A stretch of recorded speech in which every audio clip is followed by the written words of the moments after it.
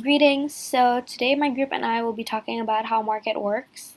So the topics we'll be discussing in this video is what is market and what is supply, which will be discussed by Kenneth P.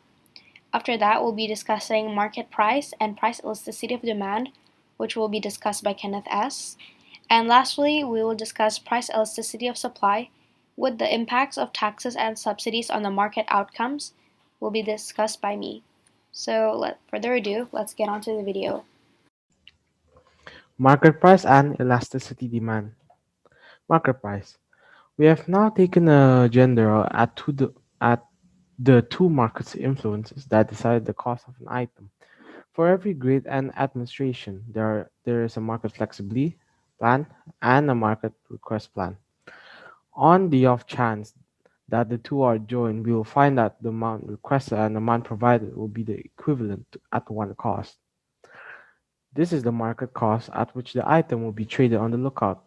The market cost can likewise be found utilizing the market interest and graceful events. So, finding the market price. Consider the market demand and supply schedule for chocolate bars. In this exercise, it should be clear that the market price will be determined at 30 cents per chocolate bar. Only here will market demand equal market supply. Another name for market price is equilibrium price, because it is the price at which the amount supplies equals or satisfies the amount demanded. In a graph, equilibrium is found where the demand and supply curves cross, as in the diagram to the left. At this market price of 30 cents, 200,000 chocolate bars will be traded each week. At prices higher than the market price, for example, 40 cents, firms will supply more than consumers demand, and so there will be an excess supply. In order to persuade consumers to buy up and this excess supply, the price will have to fall. At prices lower than the market price, for example, 20 cents, the quantity demand by the consumers, what firms will supply, there will be an excess demand. As a result, price will rise. Just when the market is in harmony, where the market gracefully coordinates the market interest, will there be no way to change the market cost? That is, there will be no overabundance, interest, or graceful, and the balanced market cost will be steady, except if there is change in the market interest or market flexibility of the item. Changes in market price, shift in demand, an increase in people's incomes have risen. Other price of substitution good has gone up will cause the demand curve to shift outwards. The diagram below it shifts from D to D1. As a result, the market price from P to P1, producers extend the supply of the product to meet higher levels of demand supply because they are willing to supply more at higher prices. An increase in supply and market price. An increase in supply of a product because workers have accepted lower wages or technical progress has increased the performance of a capital equipment will cause a movement towards in the supply curve from SS to S1. As a result, market price will fall from P to P1 as a greater supply is available.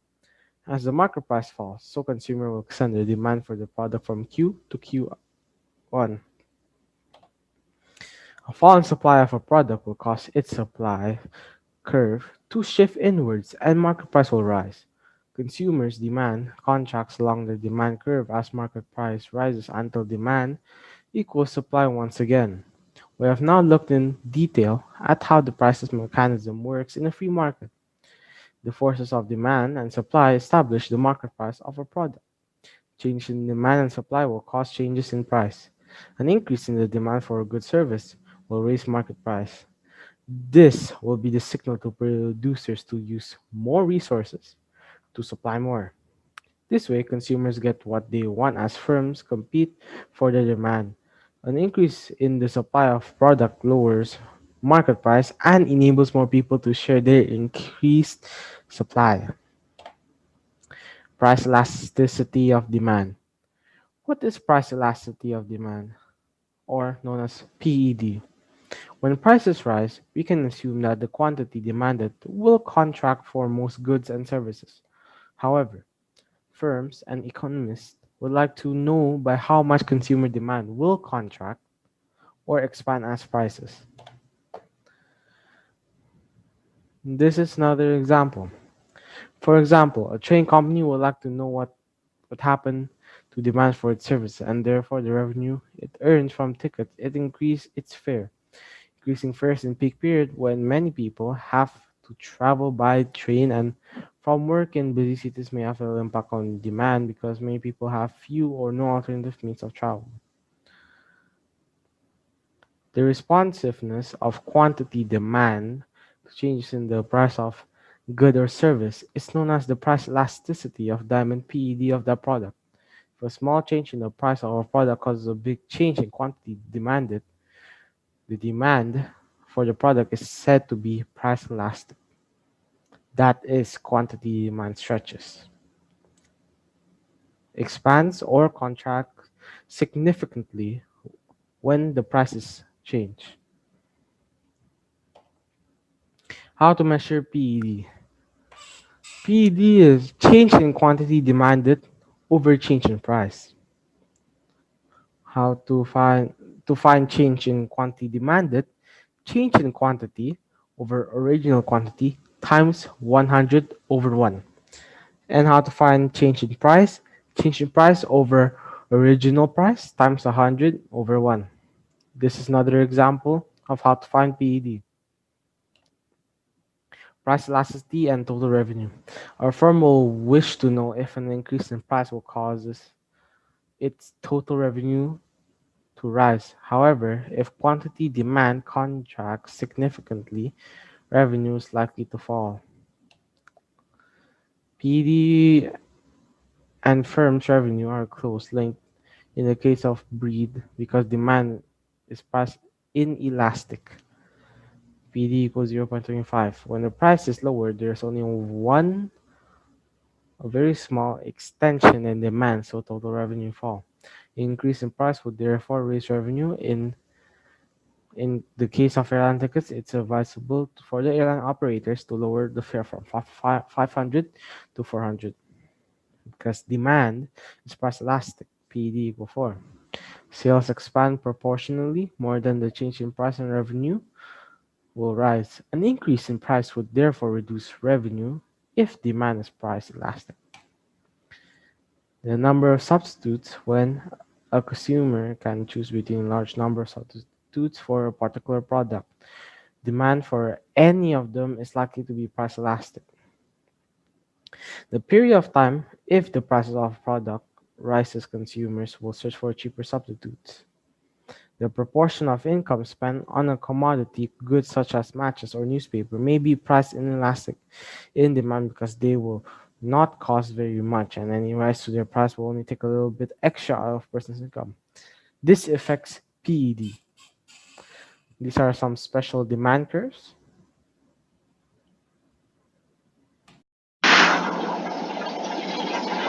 Today I will be talking about demand and supply. So what is demand and supply? So demand is the willingness of a person to buy the product, while for supply, it is the quantity of the product that is in store. So there is an inverse relationship between demand and supply, which means if demand is up, demand is rising, then supply will go down. And if the demand is going down, then the supply will go up.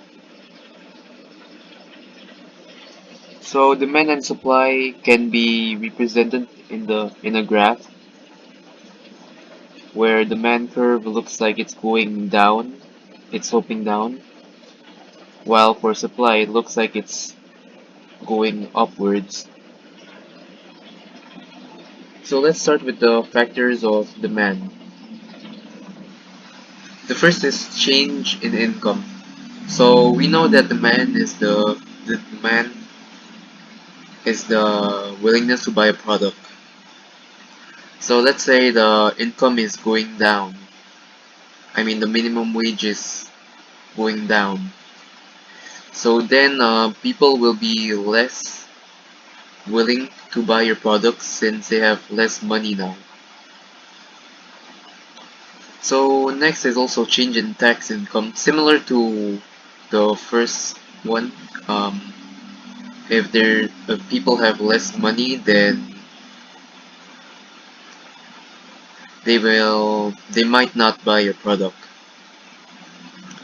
Next is the price of substitutes. So let's say there is a substitute that's cheaper than yours. Let's say you sell Parmesan cheese, and there's a competitor that sells lower than lower than your price. So then they will choose the cheapest one,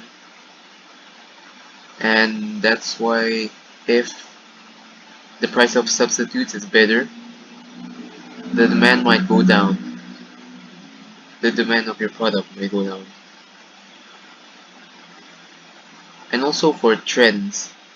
Now, if people like Parmesan cheese, then they will want to buy it. But if Parmesan cheese isn't really what something some isn't really something people want, then less people will buy it.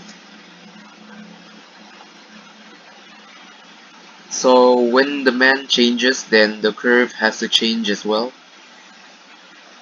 So if demand is going down, then it will go to the left, shown in D1, and if the demand is going up, then it will go to the right in D2.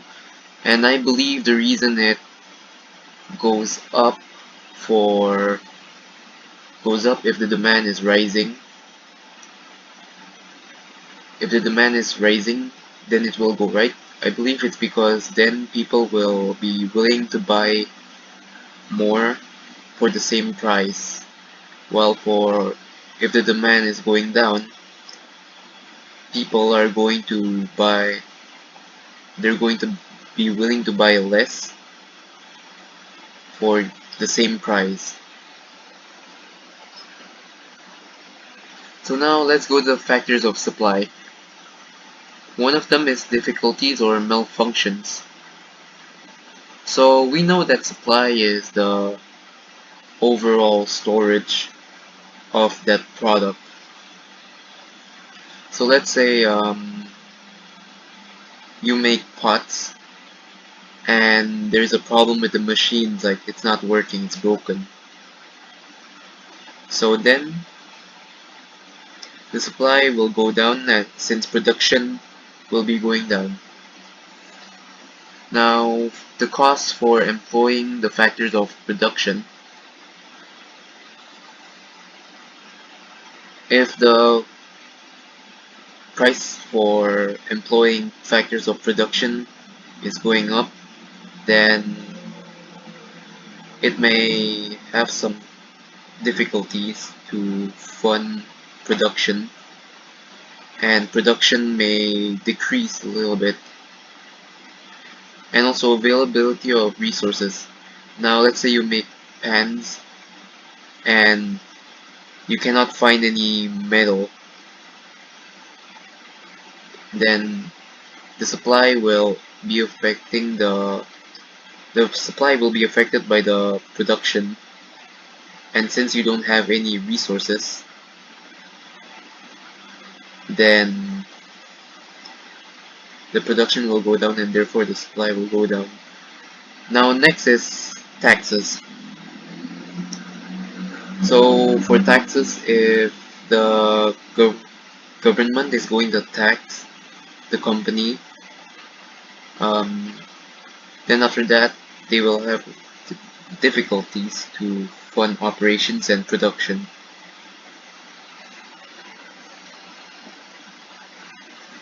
So here's the change in supply. So if the curve goes to the left, then that means supply goes down, shown in graph 2. And if the curve goes to the right, then supply goes up, and it's shown in graph 1.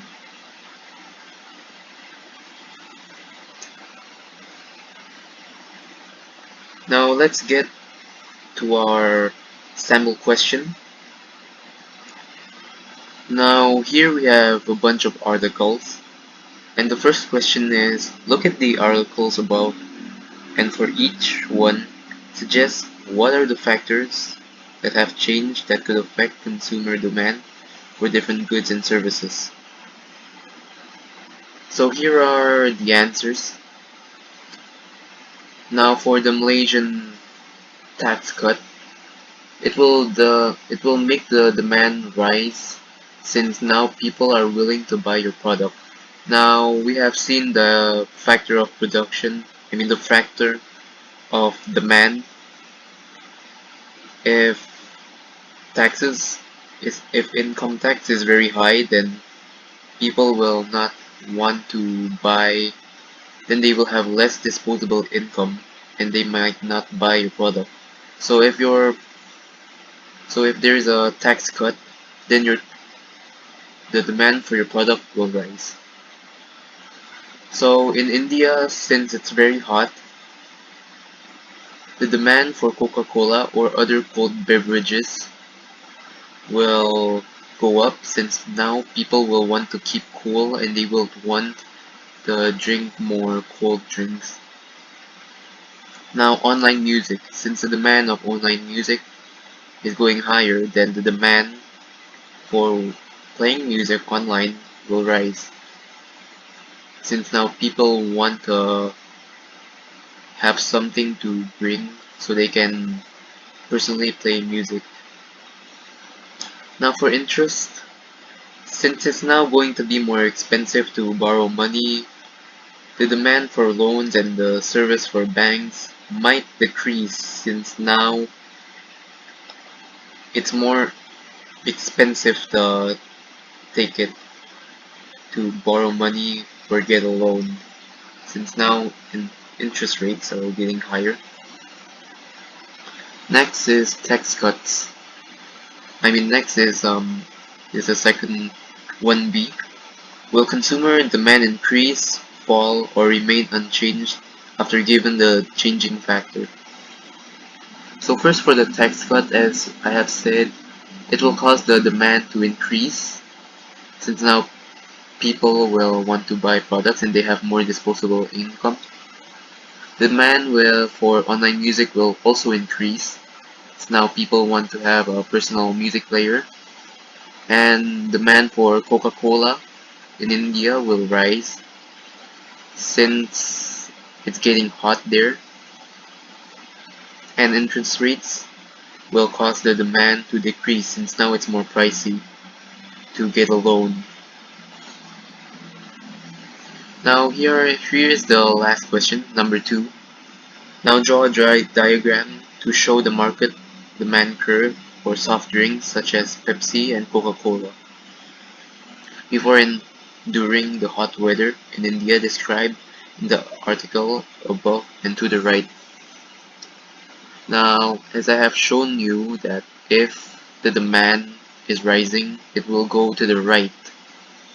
Now, since the demand is rising, the demand for Coca-Cola or other soft drinks is rising, then it will go to the right from D1 and D2. Now, the equilibrium for the supply and demand curve will be the market price, but that will be discussed by someone else. Thank you for listening. Before I go on to the topics, I wanted to share a quote from Thomas Jefferson. It says, "Never spend your money before you have earned it." Okay, now on to the topics and the table of contents. So the first thing we're going to discuss in the table of contents is just PS, followed by tax and then subsidies. Okay, so let's start with PS, which is price elasticity of supply. To start it off, first I'm going to be defining price elasticity of supply. Price elasticity of supply, or PES, is the responsiveness of quantity supplied to the change in price. There are two types of price elasticity of supply. There is inelastic and elastic supply. To make it clear, in case you didn't know, inelastic supply has a PES less than 1, and a large price change will have little effect on the amount supplied. But elastic supply has a PES greater than 1, and a large price change will have a large effect on the amount supplied. The equation for calculating PES is the percentage change in quantity supplied over the percentage change in price. We're going to go deeper into this with the sample questions later on. Over here right now, I have an example of inelastic and elastic supply.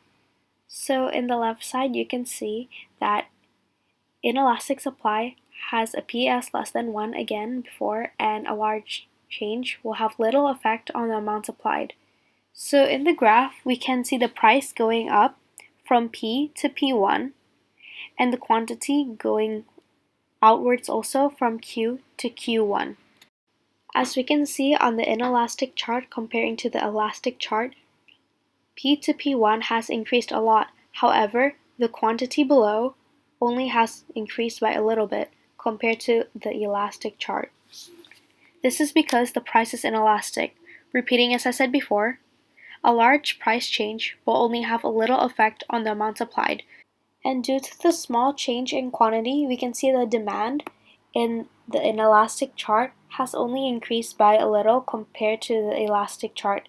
Now we're going to discuss the elastic chart. And we see that in the chart of inelastic supply. Moving on to the right side in the elastic supply. So elastic supply, repeating again, has a PES greater than 1, and a large price change will have a large effect on the amount supplied. In the elastic chart, we can see that there's a small change of price from P to P1. But when we look at the quantity, we can see that the quantity has changed a lot. It moves outwards. It moves from Q to Q1. So when the quantity increases, it'll also result in an increase on the demand. The demand will increase from D to D1. There is more of an increase in demand from the elastic chart compared to the inelastic chart. Now I'm going to be talking about special supply curves. So the first one is perfectly price inelastic. It says that supply remains constant whatever the price, and it has a PES of 0. By this, it means if the quantity supplied of commodity remains the same whatever the price, supply is said to be perfectly price inelastic, and the PES is said to be 0. Next, it's infinitely price inelastic. It says that there is unlimited supply but only at one price, and it has an infinite PES. By this, an example can be that if producers are willing to supply as much as they can at one particular price and supply, and nothing at other price or supply, it can be infinitely price elastic. So next we have the unitary elasticity. By unitary elasticity, it means that there's an unlimited supply but only at one price, and it has a PES of 1. By this, it means that if the PES equals to 1, then the supply is said to be unitary elasticity. By that, it means a percentage change in price will cause an equal percentage change in the quantity supplied. This will be the case for any straight line supply curve that passes through the point of the origin of its graphs, as we can see on the examples shown above. Before we go on to the next topic, I'm going to talk about the factors that affect PES. So they are time and the availability of resources. So for time of production, it is if the product can be quickly produced, it will have a price elastic supply, as the product can be quickly supplied at any price. For example, a juice at a restaurant. But products which take a little longer to produce, such as cars, will have a price inelastic supply, as it will take longer to supply and adjust the price. So people usually will buy things that they can get easily because it's easy for them to purchase and easy for them to get the goods that they want. So the next one is availability of resources. By availability of resources, it means that if more resources like land, labor, or capital will make way for elastic supply, if there is not enough resources, producers will find it difficult to adjust the price changes and the supply will become more inelastic. So meaning if there are less resources, they're gonna find a hard time to supply the goods and make them. So people might not get enough goods because they don't have enough resources to supply them. So next we will be talking about tax. So before I say the usefulness of tax and price elasticity, I'm gonna just first say in a mixed economy, a government actually may intervene in different markets to influence the market price and the quantity traded of certain goods or services to achieve different market outcomes. So a tax can be used to raise market price of a product, either directly to reduce the consumer demand for that product or by making the production more expensive so the producers have to reduce market supply. This will in turn increase the market price. So saying that, the usefulness in tax and price elasticity is that the charge placed on the production of goods and services by the government. A tax will increase the cost of production to the producer, as said before. It makes it more expensive to produce.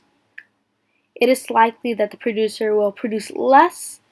Therefore, the supply curve will shift to the left side. It will not shift outward. If people are really keen to buy the product, so it becomes price inelastic, the demand will fairly stay high, or it won't change at all. This can be included by things that people buy on a daily basis. Let's just say maybe like water, cheese, cigarettes. No matter how much you put the price at, people will still buy it, which isn't really a good thing because the government is taking advantage of cigarettes and taxing them because they know people will still buy it. So they are making revenue out of people buying cigarettes. So next we are going to discuss subsidies. So next, I'm going to discuss the usefulness of subsidy in price elasticity. Before I do, I'm going to define what a subsidy even is. So a subsidy is a payment made to producers to help reduce their cost of production. As a result, producers will tend to increase supply at every given price. So as supply increases, the market price will tend to fall to benefit the consumers because it's cheaper for them. So the usefulness of subsidy and price elasticity include of subsidy, a payment made to producers to help reduce their cost of production. Yes, it is made by the government to encourage producers to produce more or supply a certain good or service.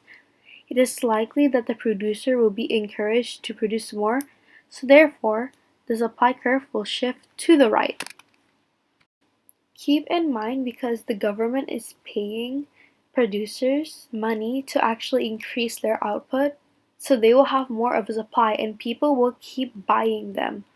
That is why the supply curve will shift to the right. Okay. So now we're gonna move on to some sample questions. I got this from one of the activities in the textbook and I just got one of the questions. So we're just gonna do one question. It's about PES.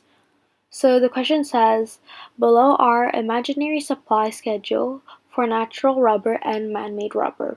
And the chart represents the price per kilogram and the quantity supplied of natural rubber per month and man-made rubber per month. And the questions are calculate the PES for natural rubber and man-made rubber for number 1. And for number 2, comment on their values and suggest the reason why they differ. So I have already answered the questions over here, so now I'm just going to discuss it. As you can see, if you look at picture number 1, I'm going to discuss number 1 first. I clearly wrote down and also typed down the equation for PES, which is the percentage change in quantity supplied over the percentage change in price. So what we're going to do first is we're going to find the quantity the change in quantity supplied of natural rubber. We're going to do the PES of natural rubber first. So if you look at the chart, you're going to see that first the quantity was 1,000 and then it moved up to 1,100. So finding the change, all I did was subtracted 1,000 from 1,100, leaving us with 100. Next is just the change in price. So what I did was subtract 80 from 100, which leaves me with 20. So after you get your numbers, all you have to do is just to divide them. So after dividing 120, I got 5. So 5 is above 1, and since 5 is above 1, it is price elastic. Because price inelastic is always above 1. Next, for the PES of man-made rubber, I did the same thing. I just subtracted 2,000 from 2,800 for the quantity supplied, the change of it, and I got 20 because I subtracted 80 from 100. So after that, all you're gonna do is just subtract 800 from 20, and what you're going to get is 40. Again, since 40 is above 1 and elastic price is also having a PES above 1, this becomes price elastic. So moving on to question 2, I'm going to repeat the question. It says, comment on their values and suggest why they differ. So on the value, it says that the natural rubber's PES is 5 and the man-made rubber's PES is 40. The answer says one of the reasons why PES might be elastic is because it's not a daily need. From the answers from question 1, we saw that the PES for man-made rubber was higher than natural rubber. It means that man-made rubber is more used than natural rubber because of the PES is higher. By elastic PES, it means a large change in price will amount to also a large change in the quantity supplied. So since the PES of the man-made rubber is larger, it means that if you're going to increase the price of man-made rubber, there's also going to be a large increase on the quantity supplied, which means people want to buy man-made rubber even more. Seeing that the PES is 40 and the PES of natural rubber compared to it is only 5, people want to buy man-made rubber more than natural rubber. This can be for multiple reasons, maybe because it's easier, it's easier to access. Some of the reasons why the PES of man-made rubber would be higher than the PES of natural rubber. Okay, so that's the end of our whole presentation. Special thank you to Mr. Allen for making this project possible and to our parents for their support and their kindness. Thank you for listening. We hope you learned something. Bye!